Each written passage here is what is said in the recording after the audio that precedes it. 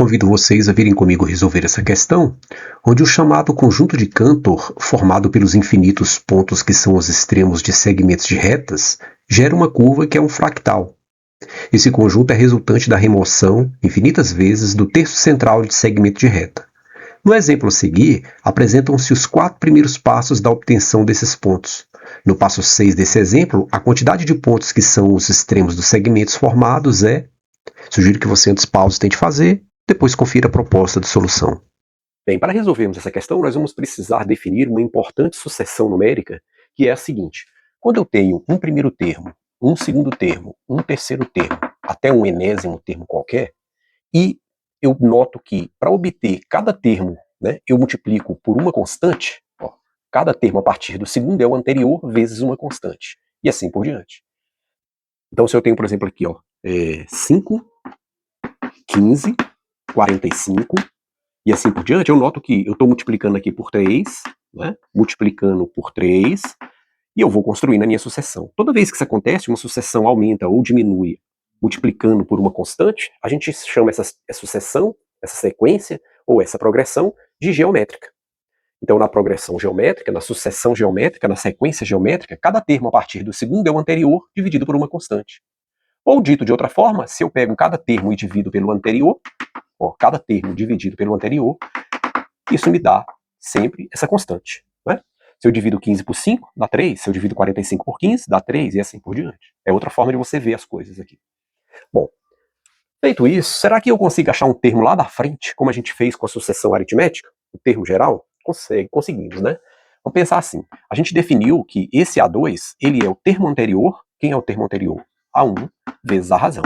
Né? Ó, esse cara vezes Q me dá o A2. O A3, quem é? É o anterior vezes a razão. Olha aqui, ó. Pego o A2, eu multiplico e obtenho o A3. O A4 é o anterior vezes a razão. E assim por diante. Até um AN qualquer.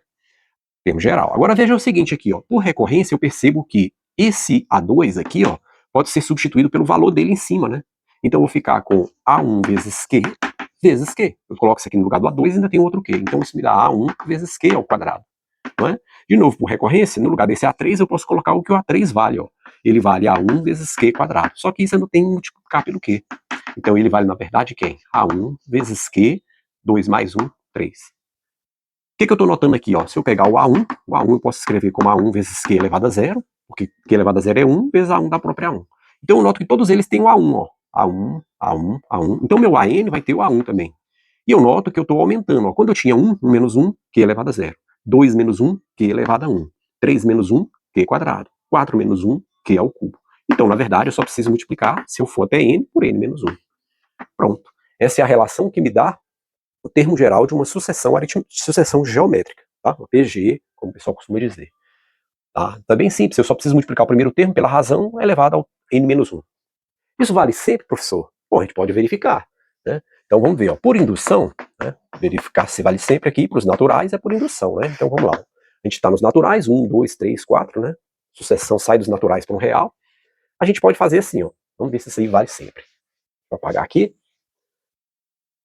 O que a gente tem? A gente tem o seguinte, vou fazer aqui em cima, né? Ó, por indução, a gente tem que ver o quê? A indução é um jogo de dominó, né? Você derruba a primeira peça, depois se você escolhe, supõe que uma peça lá do meio vai cair, e se você mostrar que todas depois dessa caem, e a primeira já tinha caído, então todas vão cair, na verdade. Então vale sempre. Então, ó, se eu pego, por exemplo, aqui, ó, para o n igual a 1, é imediato, né? Para o n igual a 1, o que eu vou ficar? Vou ficar com A1 igual a Q vezes, vou colocar na ordem, né, que a gente deu aqui, A1, embora a ordem dos fatores não altere, e aqui eu vou ficar com 1 menos 1. Ora, isso é A1 vezes Q elevado a zero, e isso a gente sabe que é A1. Então vale, ó. Ok. Primeiro passo da indução, ok. Vamos supor, né, que vale, né, vamos supor que vale para n igual a k, ok? Ou seja, que AK, na verdade, vale A1 vezes Q elevado a k menos 1. Ok? Então tá aí. E agora o que eu vou fazer? Eu vou ter que mostrar que vale para n igual a k mais 1. Se eu mostrar isso, pronto, está resolvido. Se eu mostrei que vale para o sucessor de um cara lá da frente, então vale sempre, né? Já que a primeira peça do dominó já tinha caído. Como é que a gente mostra isso? Eu vou substituir, não é? Então eu vou ficar com o meu AN agora é AK mais 1. Isso, só que a nossa definição é, cada termo é o anterior vezes a razão. Então, o anterior a k mais 1 é o AK, vezes a razão. Ok? Ocorre que esse AK, quem é? Olha lá, ó. É o A1 vezes Q, K menos 1. Né? Isso tem que multiplicar pelo Q. Ora, eu tenho aqui, então, A1 vezes Q, K menos 1, produto de mesma base ou conserva base, somos expoentes, né? Pronto, está demonstrado. Olha como é simples. Posso alterar a ordem aqui, fazer um cambalacho algébrico, né? Posso escrever assim, K mais 1, menos 1. A ordem aqui, né, não vai alterar. Então, eu acabei de mostrar o quê? Que quando eu substituo o meu N por K mais 1, o expoente, olha lá, ó, K mais 1. Confere, né? Como queríamos demonstrar. Então, vale sempre. Então, realmente, vale sempre a nossa relação, né? O termo geral de uma sucessão geométrica, né, sempre vai ser dado pelo produto do primeiro termo, pela razão elevada a n menos 1. Ok?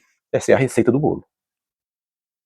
Acabou, né? Acabou a questão. Porque, veja, essa questão é belíssima, né? Ele pegou um conjunto de Cantor e foi tirando um terço de cada segmento. Ó. Pegou um segmento, dividiu em 3 partes iguais e tirou um segmento. Depois ele pegou cada parte dessa, dividiu em 3 e tirou um de novo. Foi tirando um terço, né? Deixou 2 terços, deixou 2 terços e assim por diante.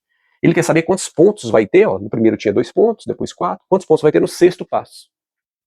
Você percebe que isso aqui é uma sucessão geométrica? 2, 4, 8 e assim por diante. A gente quer saber o sexto, né?